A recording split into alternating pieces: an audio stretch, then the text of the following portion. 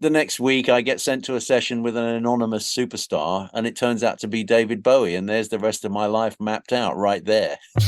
We're totally booked. Rock and roll! Well, I think I'll leave you to your reading. Little Hand says it's time to rock and roll. Rock and roller! We are totally booked.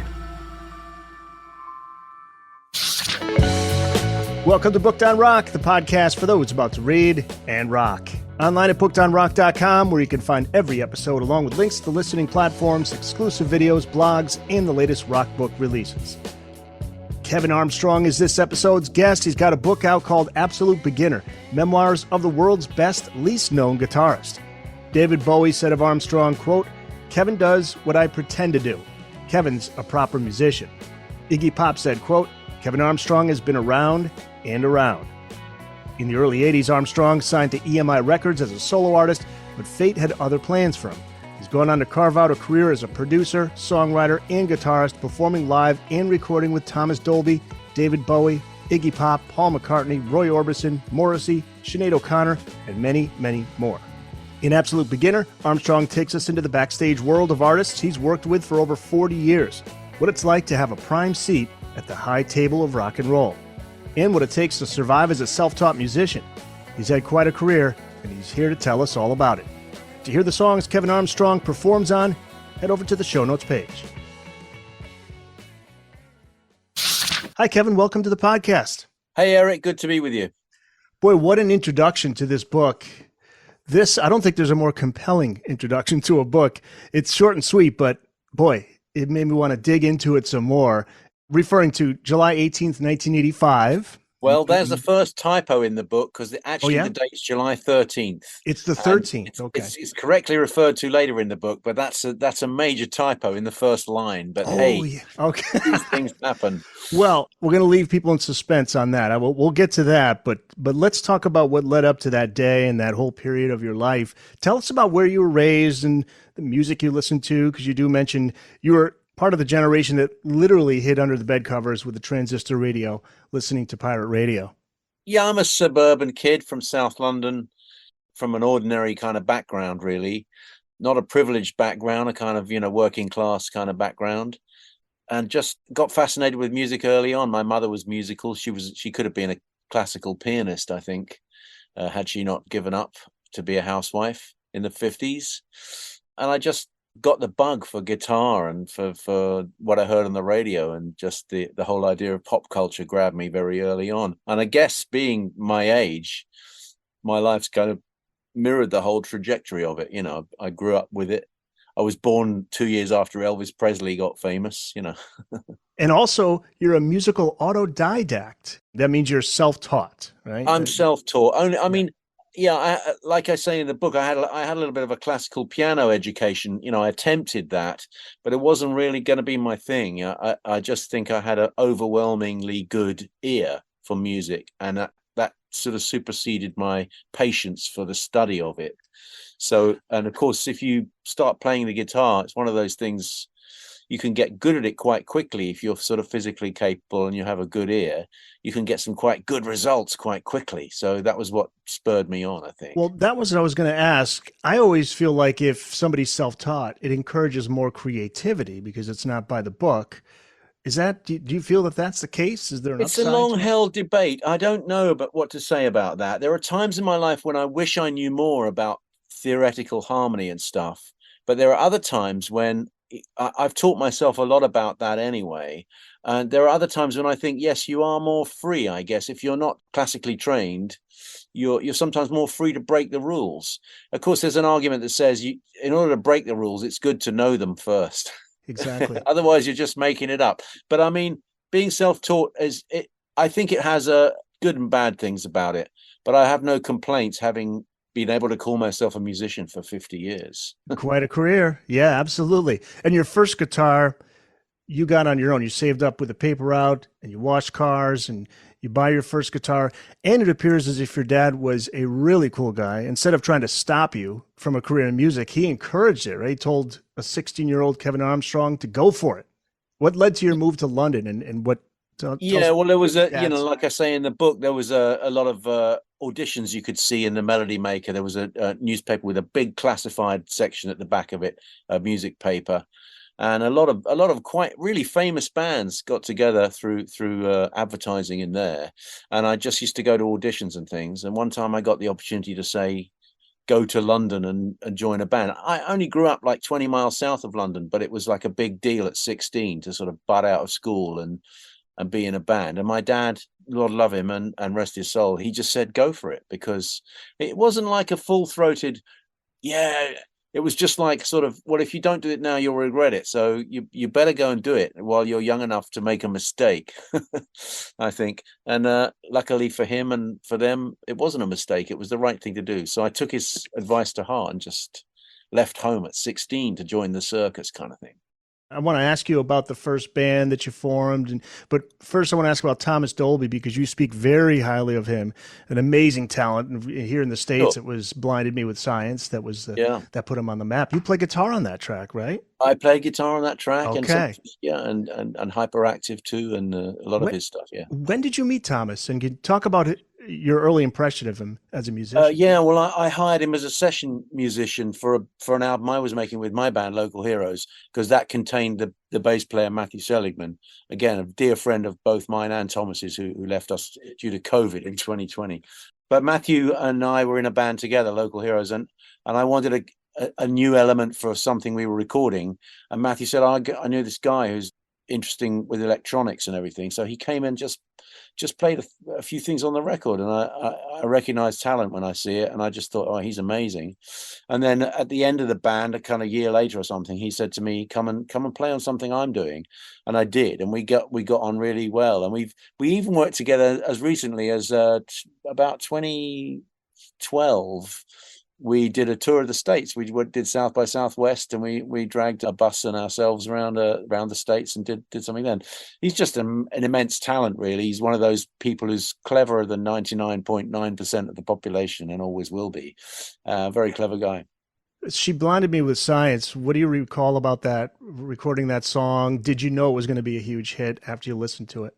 I don't know, really. I mean, it was something that Thomas brought along, and he had an idea for it. And Matthew and I, we kicked it around in rehearsal, and we started to sort of strip it down. And it started off, like Rolling Stones film where they keep playing Sympathy for the Devil in 20,000 styles until finally the conga player gets up and they nail it, And it was something like that. We just throwing the idea around, and then we stripped it right down. Then eventually it turned out to this kind of funk thing that you hear, the record, and it started to work. And I think we thought it was quite exciting. I didn't realize it was going to be a big hit, but it was great. Yeah, good for him. Were you in that video or no? Yeah.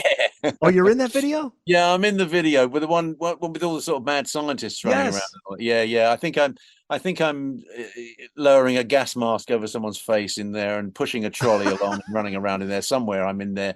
I mean, basically we were dressed in scrubs all day and hanging around for like 18 hours or something. Oh man, did you realize MTV was going to be such a powerful tool to sell? I think it was already by then, wasn't it? I mean, it was 83, right? 84. 83. I think it was already starting to explode then. That to get anywhere, you had to have a video. And again, Thomas was on the leading edge of that. A lot of the early things he did with video were very clever and very groundbreaking. Even the first kind of use of drones and things recently, he did a fantastic in Orford Ness, where they have this abandoned military lighthouse. You're not supposed to go on it. And Thomas went there one day in a kind of rowing boat from his house in Shingle Street, and then used a drone to make a video of himself. And that was years ago. I mean, he's really been he's always at the forefront of something. Now, he was with EMI Records, where you eventually signed in the early 80s. This was your band Bush Telegraph? Yeah. Is that the one? Okay. That didn't pan out. What happened with Bush Telegraph? Well, I don't know. I think it was just a sort of, I was trying to put a band together, and I did, and it followed on the Thomas's success. We shared a manager, and so we kind of got shooed in through the door at EMI, and then we made an album, and somehow it got away from me. It just was a pivotal point in my life where I thought I wasn't particularly ready for that. I don't know why. Something about my, to have your ducks in a row, to want to be an artist, you have to have everything right, and I think I just wasn't really ready. Something about the thing was playing a part, or it wasn't deeply connected to myself, who I am. And I think you shouldn't try and fake that. And I think part of me was faking it in a way. And so it didn't pan out. And also record company politics being what they were at the time, a lot of money was thrown at acts in the 80s. And if you didn't make a spark very quickly, by the time the next regime came into the record company, they just put a red line through that band if they weren't making it, and that sort of happened to us, and it just didn't connect, Yeah, that's the misconception. A lot of people will just assume, like, if somebody's extremely talented, then they make it. If they don't make it, then there's just something. There's a lot more to it. There's so many working parts. There's a lot more to it, and for me, it was like being frightened of the spotlight being on me somehow, and I couldn't quite admit that to myself, and that was what it was. Really, I just wasn't. I didn't have the kind of driven ego thing where I think a lot of people who make it really big, they have to, out of necessity, be quite focused on themselves at the expense of a lot of other stuff, and I just couldn't quite go that extra ruthless mile for that. Yeah, and there's always that thought that the universe is always going to try to steer us in the right direction. And for you, it comes with the story of Mr. X. I cannot Mr. complain X, about that. Literally, it was like out of the ashes of my career, which I was like, oh my God, what am I going to do now? Right, you had hit rock bottom. Yeah, you said you felt lost for a while. The next week, I get sent to a session with an anonymous superstar, and it turns out to be David Bowie, and there's the rest of my life mapped out right there. Wow. Yeah. So talk about that day. You walk in, you see him, or he actually comes in. You guys were waiting, and we were already waiting. He came in, and it was just immediately he put everyone at their ease, because he was extremely charming and understood people in a way few artists I've worked with do, really. I mean, I think he was an extraordinarily sensitive person, and he just put us at our ease. He's very easygoing, lots of laughter. And that was just a very happy day. It just went really well. It couldn't have gone better for me. And if I recall correctly, this was a movie soundtrack he was working on. He brought you in. It was what became Absolute Beginners, the Colin McInnes book that was turned into a movie by Julian Temple. It was a bummer of a movie. It was a turkey at the box office, but the song Absolute Beginners came out of it, and that was his theme tune for the song. And of course, that's a great song, as everyone knows. It's a great, terrific song. And of course, everybody remembers David Bowie just has a brilliant mind. What was he like to work with, to see him at work? What was that like? Well, like I say, it was always very relaxed. Everything went very quickly. Everything was quite spontaneous. If there was any mashing over artistic kind of intellectual approach to his work, of which undeniably there's a lot of it that was under the surface, or it had already happened, or it was happening off somewhere else. Because when it came time to actually create the work, it was always very lighthearted, very quick, and done in a spirit of energy, and it was great, crackling energy really around him. It was fantastic to work with him.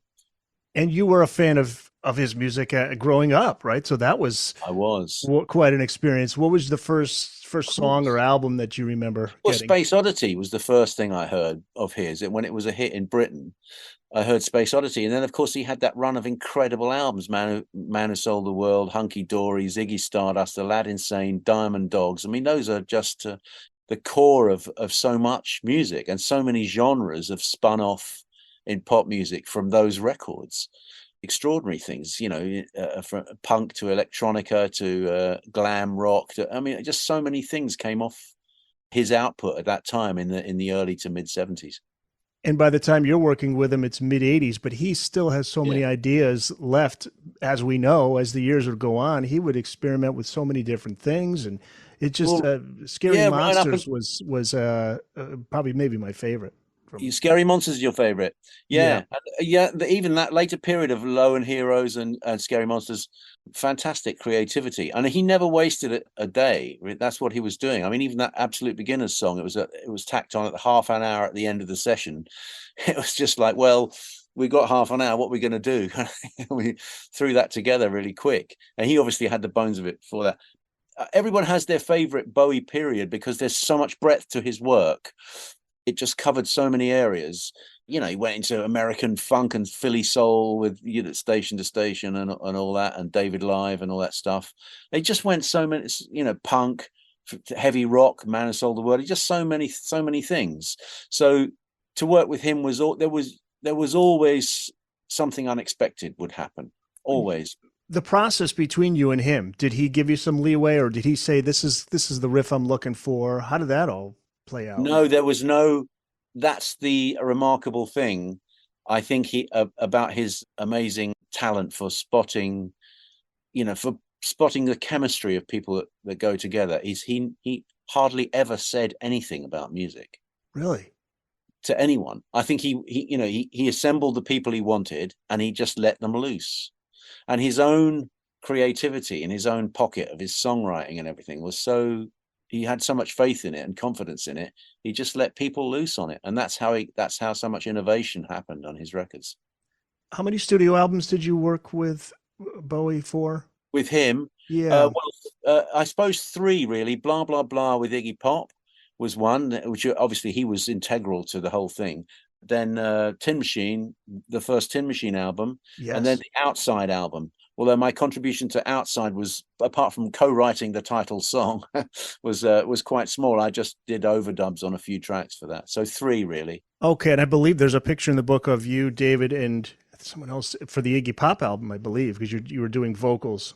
Yeah, I mean, that was Erdal Kazilke. He's a Turkish musician who, like a multi-instrumentalist, who David was using a lot at that period because he lived locally in Switzerland where David was working. Right. So that was Erdal. Yeah. Yeah. Those sessions were fun. So this does lead to the story now, July 13th, 1985. July 30. Take us back to that surreal moment where you wake up that morning and where you end up at the end of that day. This is a great story. Yeah. Well, as I say, I was in a kind of a very humble flat, which I'd broken into and squatted illegally, which is what we used to do in London then if we had no money, and just used to find an empty place and get the power switched on and the water hooked up if we could, and live there. And that's how I was living at the time, hand to mouth, really. Of course, by then we'd done the Absolute Beginners recording session, and we'd done the rehearsals, so we knew something big was going on. We were working with David Bowie, but the actual morning of the concert of Live Aid, I never realized how big that was going to be. I knew it was going to be a big deal, but not that it would take over the attention of the whole world, which the it world, really did. yes, it did, the world. And that was a surprise to wake up that morning and the streets were literally, devoid of traffic because it was all going on up the road. Unbelievable. And you recorded Dancing in the Street with Bowie and Mick Jagger. You play guitar on that track. Yeah. What was that experience like working with Mick? How was he? Mick was great, just a relaxed dude, he just came in very, I spent one rehearsal, I describe it in the book, in a very intimate setting with him and David, in a kind of a secret rehearsal we had for that. And then I had to teach the song to the band, and Mick bowled in and just did it. He did his thing. And he was very, very relaxed. Obviously him and David had a very close buddy relationship going, and they laughed a lot together, and it was good fun. It was good fun, crackling fun to be around them. Have you had a chance to listen to the new Stones songs? No, I haven't actually. Yeah, only the single, the song "Angry," which is a great song. Well, I'm glad you think so. I personally, for me, it sounds like "Start Me Up," but without the balls, and that's what I think. And I hear elements of auto tune or some production things, which I think probably Keith Richards would be massively allergic to. But so as an old Stones fan, it doesn't touch me that much. Although I want to hear the rest of the record, I really do. Yeah, I believe it's coming out, and about a week from now it comes out. I think it's just fabulous to see a band like the Stones. There's obviously no reason to make new music. It's not like they have to for any other reason than they just want to, which I think. Well, I think is great. That's right. I mean, the thing about the Stones is I always think is like, I say this to people, like I remember a period in the maybe 80s, early 90s where people saying, oh, the Rolling Stones should have given up long ago. Those old farts, they should have retired. And then, 20 odd years later, everyone's clamoring for a ticket still. And I think that shows you something that where rock and roll has gone, is it has become this reliquary of greatness in a way. And instead of just being, oh well, it's really boring, people still want to see the real thing now. And the way that live performance has gone, they still want to see something like the Rolling Stones. It's an experience. It's not something, like a download. You can download some new artist's work and just listen to it on your headphones or whatever, but you can't replicate going to a Rolling Stones concert. That's still vital now. Absolutely. Now, as an artist, from an artist's perspective, whenever I hear a musician say, why bother making new music because there's no money to be made off of it, I'm always thinking, but you're a creative person. You have to create, right? I mean, I know you're right now your book ends with you talking about you're creating your own music. Yeah. I don't see why you wouldn't. But I guess there's a financial thing. Maybe it's too costly to put an album out if you're going to lose money. I don't know. Well, you see, I can't speak for youngsters in this regard. Given the history that I've had and the things that surround me and the kind of success I've had, really, it means I have the luxury of having time to put into creative projects, and I don't care very much about whether they make a lot of money or not.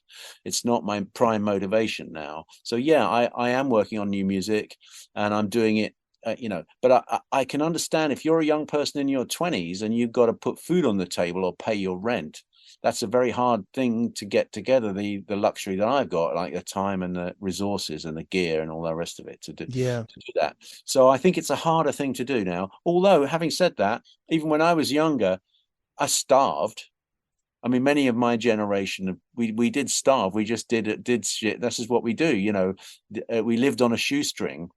There were possibly, talking from an English perspective, like you say, you could break into a house and you could sign on the unemployment every week and get enough money to survive. And really, that's what my apprenticeship as a musician consisted of.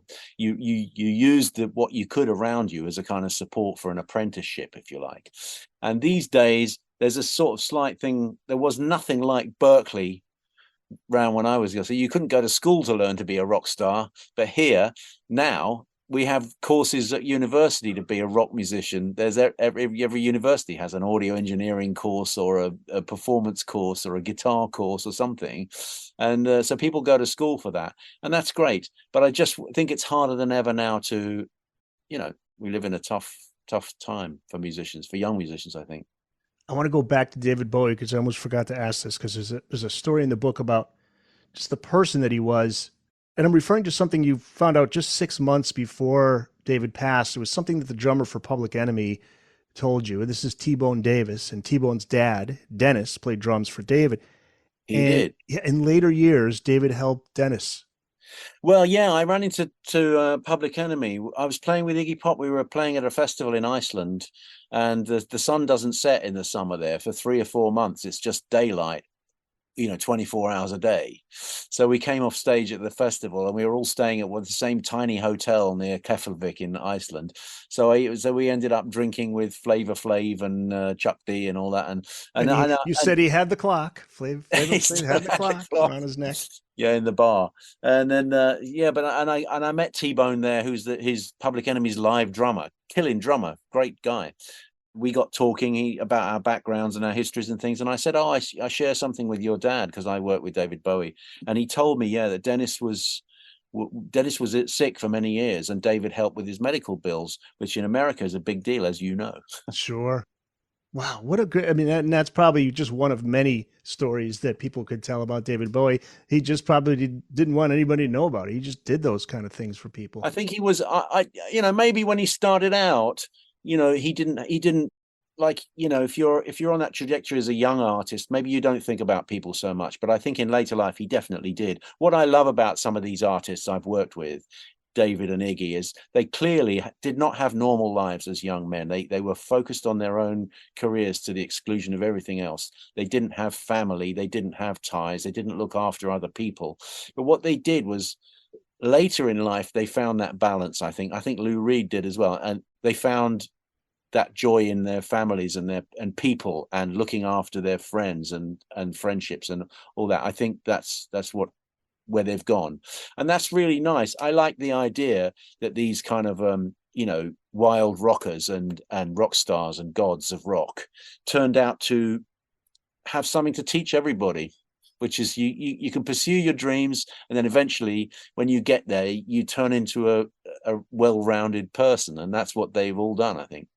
Yeah, and a lot of times they find out the fame and the fortune and all of that, it still leaves them empty, and then they find the real happiness is in the things that all of us find happiness. I think all of it made them happy. I think all of it did. But of course, they all had their struggles, because it's a life that can lead you into many alleyways, and there are many people who fall by the wayside, and there are many casualties. But it's lovely to see the ones who succeed really big, and then they can turn around and teach us all something about life, I think. And the price of fame, there's a story in the book. He's working on, this is 1989, I think. There's somebody who walks into the studio unannounced. This is in the book. David Bowie had somebody walk up to him, right?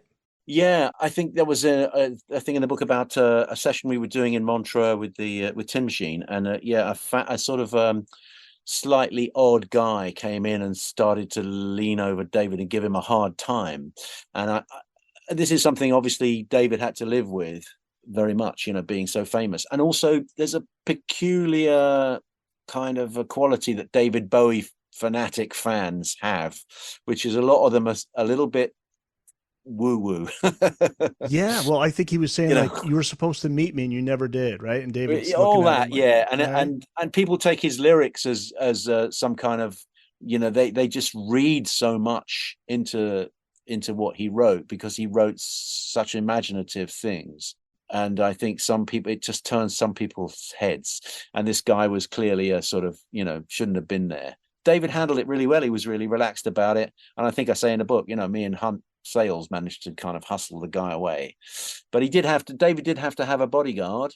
Because of John Lennon, right? He learned from the John Lennon for sure. He was still very much part of Sean's life.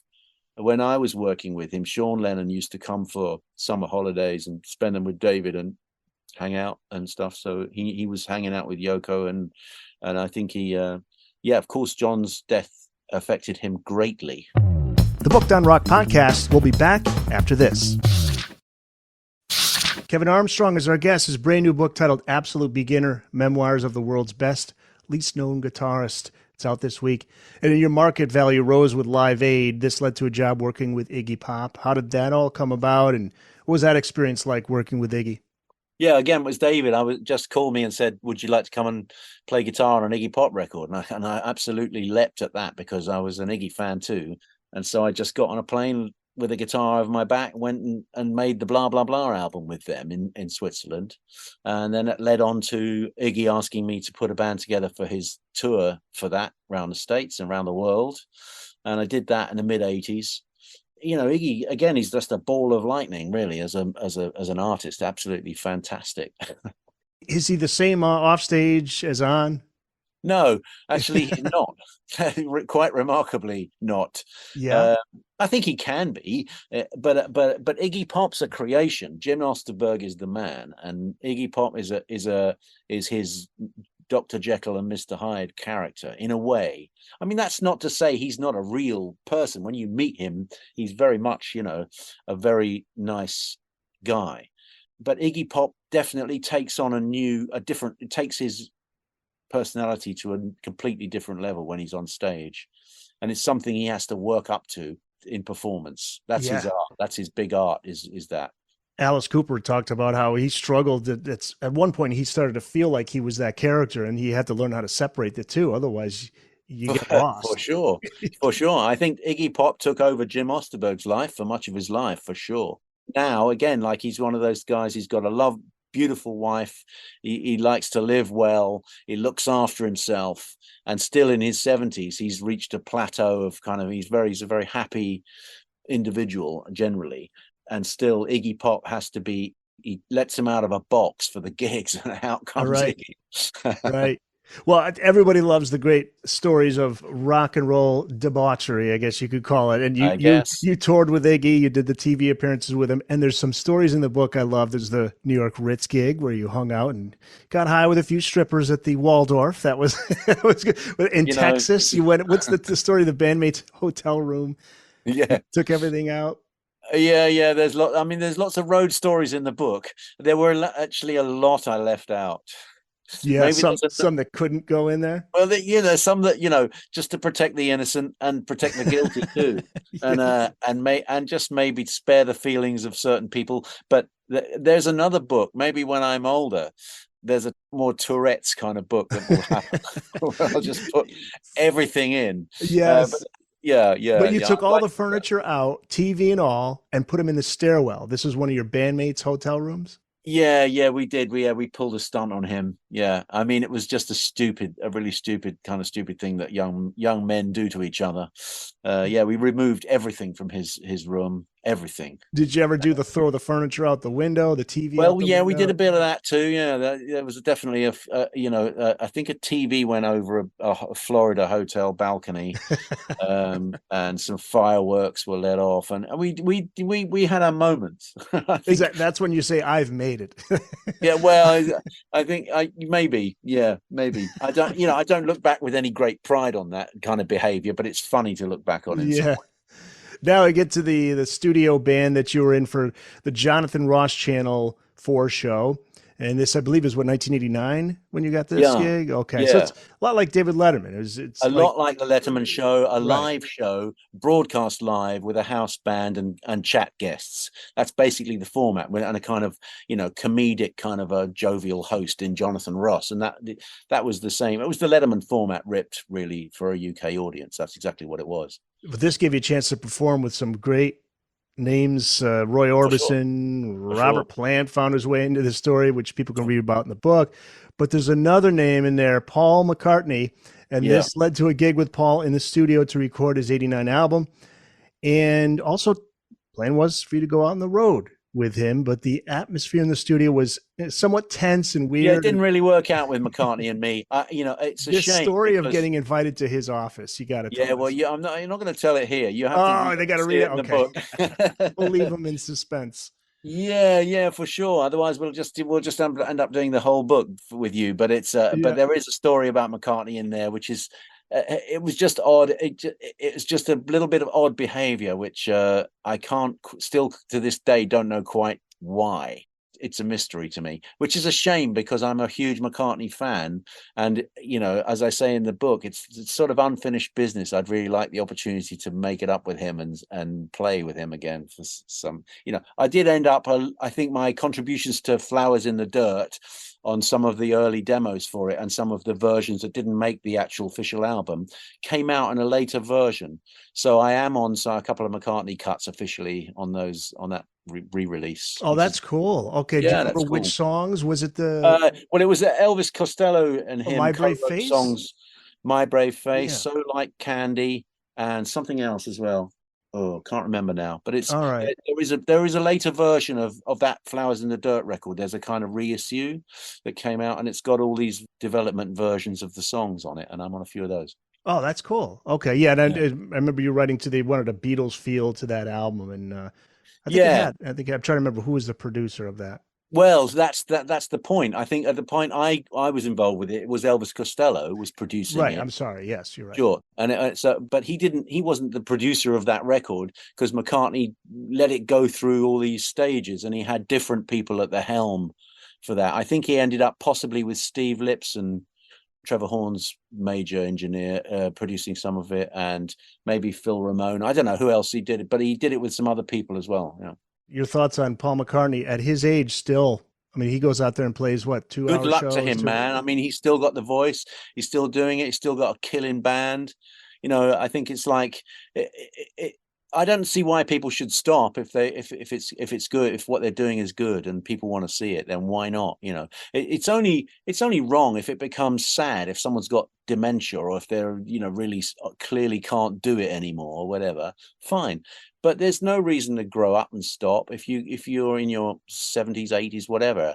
B.B. King never stopped. John Lee Hooker never stopped. Why should Paul McCartney stop? Why should Mick Jagger stop? I don't see it. And Ringo too. Ringo came up with that great tour, the All-Star Band. Indeed, great band, yeah. And I just think it's great that people carry on because if people want to see it, I mean, if it does become a real sort of sad spectacle, then fine. But I don't think it is. I think it's really good. And the way that technology is and the way the musicians are now, they can still put on a cracking show at that age. It doesn't have to be compromised at all, I don't think. Another milestone moment, you worked with Morrissey, who's one of the most enigmatic figures in music. What was he like? Yeah, Morrissey's a mysterious gentleman. In his own world, you're right.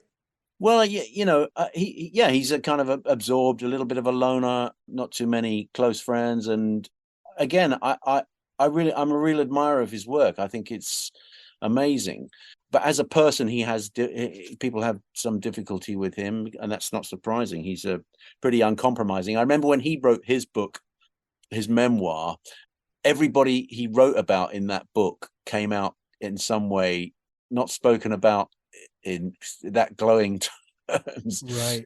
And Mark Nevin from Fairground Attraction rang me a week after Morrissey's book came out. So he said, have you read Morrissey's book? I said, yeah, I have. He said, thank fuck we're not in it. Well, yeah, that's the thing too. When you write these books, it's like they want you to give some dirt. Well, I don't know whether anybody asked him to do that. I love Morrissey's book. I think that the first part of it is really great about his growing up in Manchester and about the poetry and all that stuff. And it's really great until he gets to the Smiths court case, and then it gets a little bit, it's not so much of a page turner there. But it's a great book, and I think Morrissey's a very interesting character. I still perform some of his songs that I was involved in. But the period I was with him was the Boner Drag album, so it was going to be a second Morrissey solo album after Viva Hate, but somehow he didn't complete the tranche of new original songs for that, so it came out as a kind of hybrid album. It had reissues from Viva Hate and some new material, and I wrote 3 songs with him, which was great. A great success for me, that, and I still play some of the songs live. What's that like, writing music with him?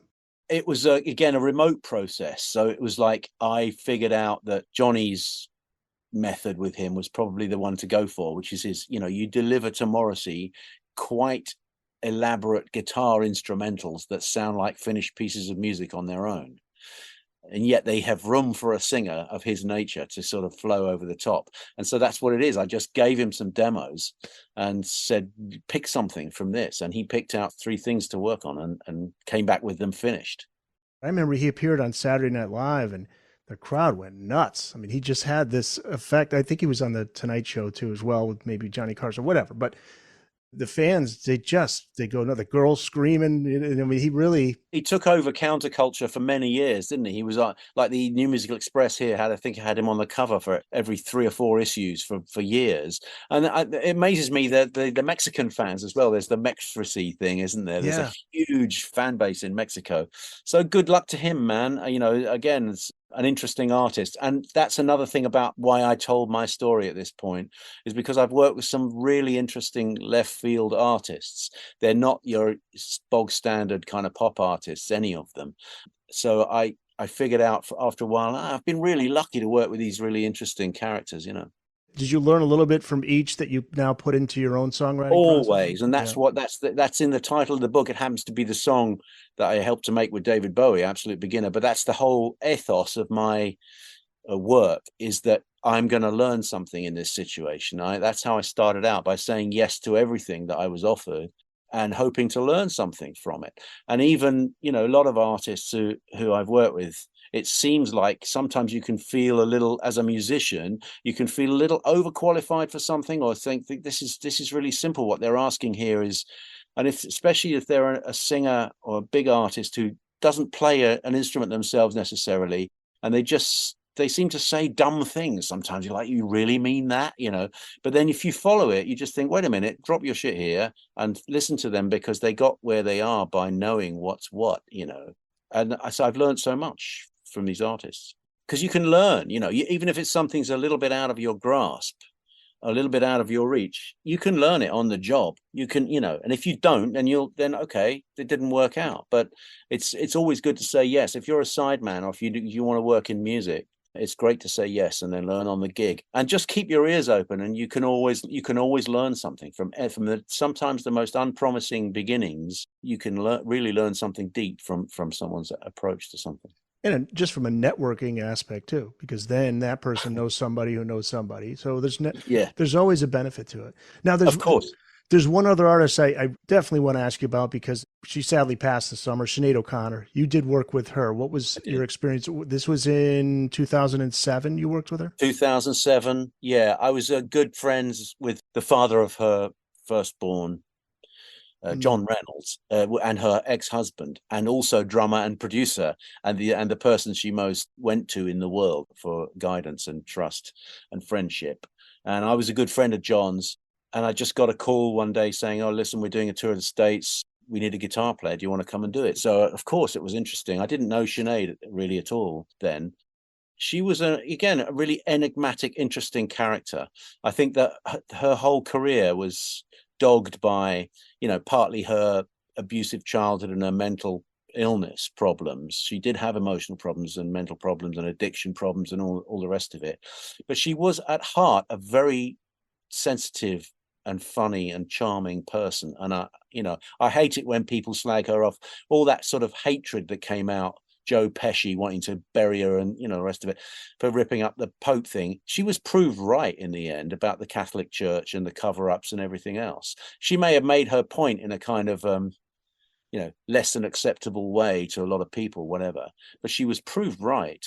And that was typically sort of what sometimes, bolshy, loud young women attract. If they step on the wrong toe, everybody wants to kill them and everything. And she sort of ruined her own career over it in some ways.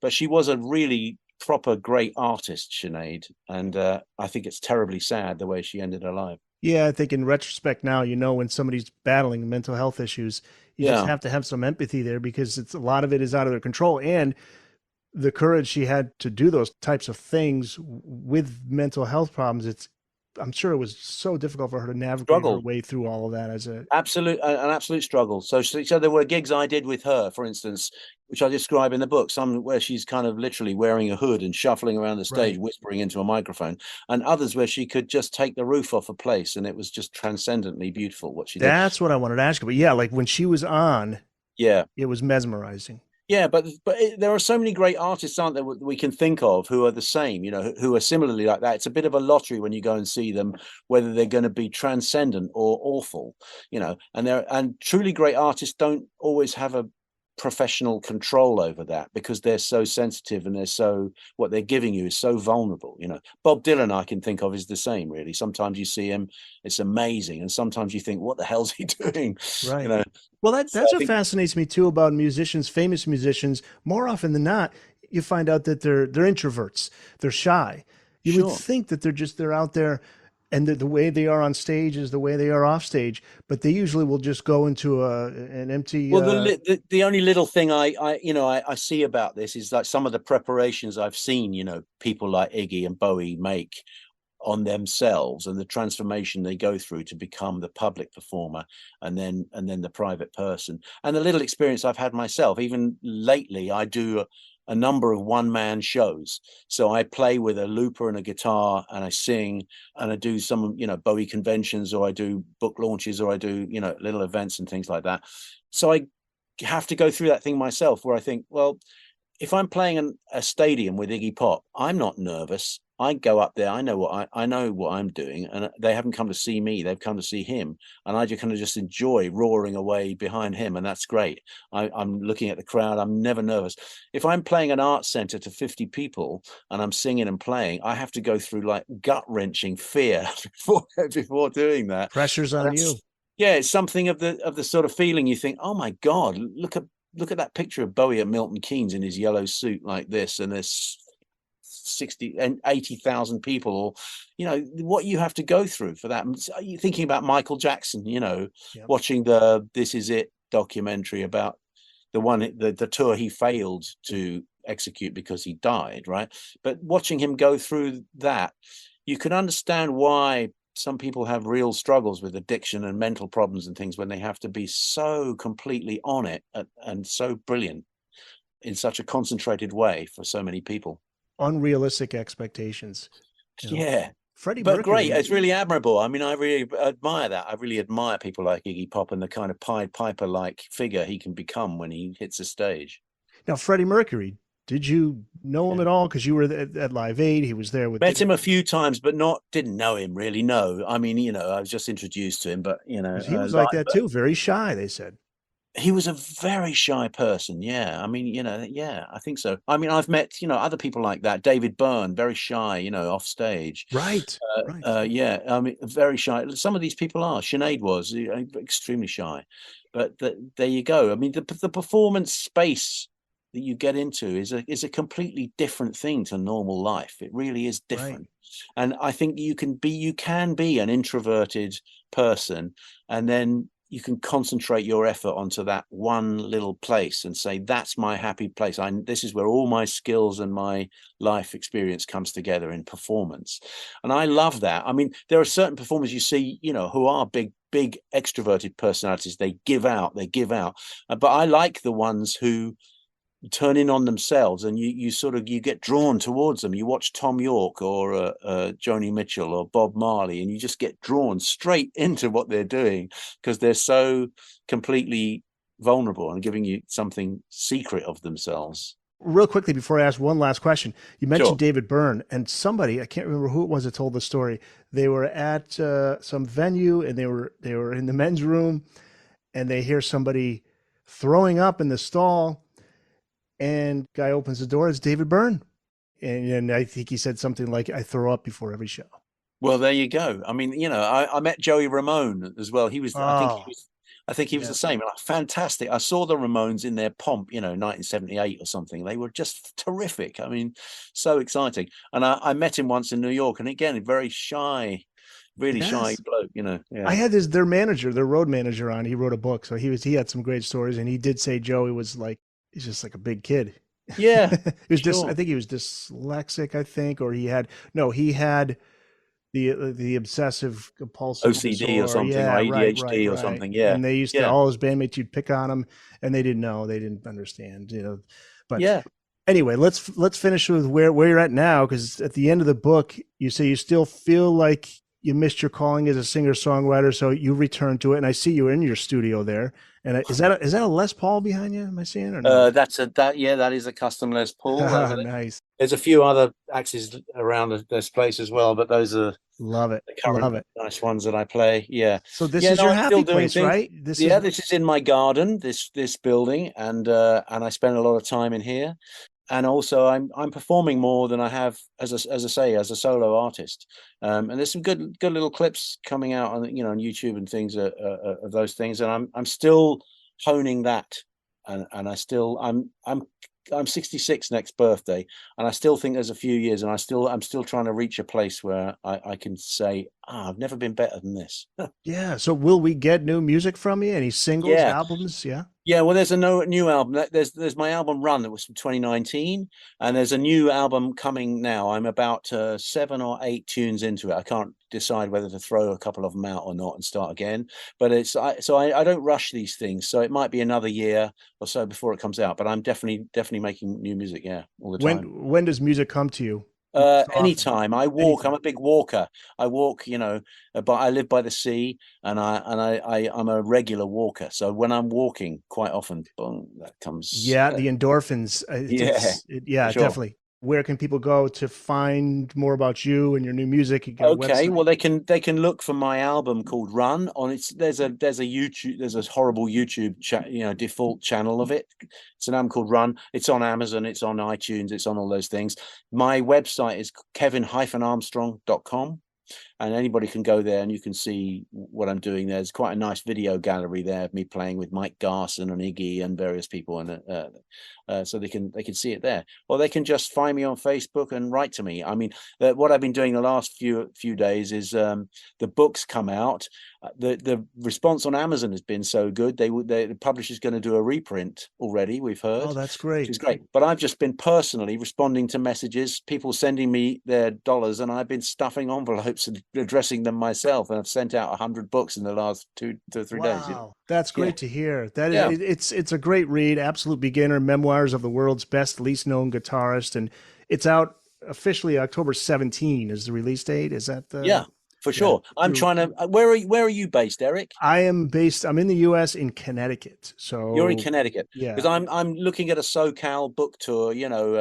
Towards the end of the year, I'm talking to people over there, maybe going to LA and San Francisco to do a few bookshops. Nothing in the New York area, no. Well, I'm open to offers for sure. I'm going to look at it. So yeah, that's great. Well, you got my email. You let me know. Sure. You let me know. So Jawbone Press, by the way, too, is the book publisher, and it's wherever books are sold. So Kevin, thank you. This is great. Some great stories. Thanks, Eric. Good to meet you.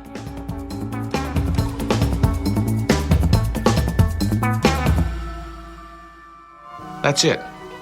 It's in the books.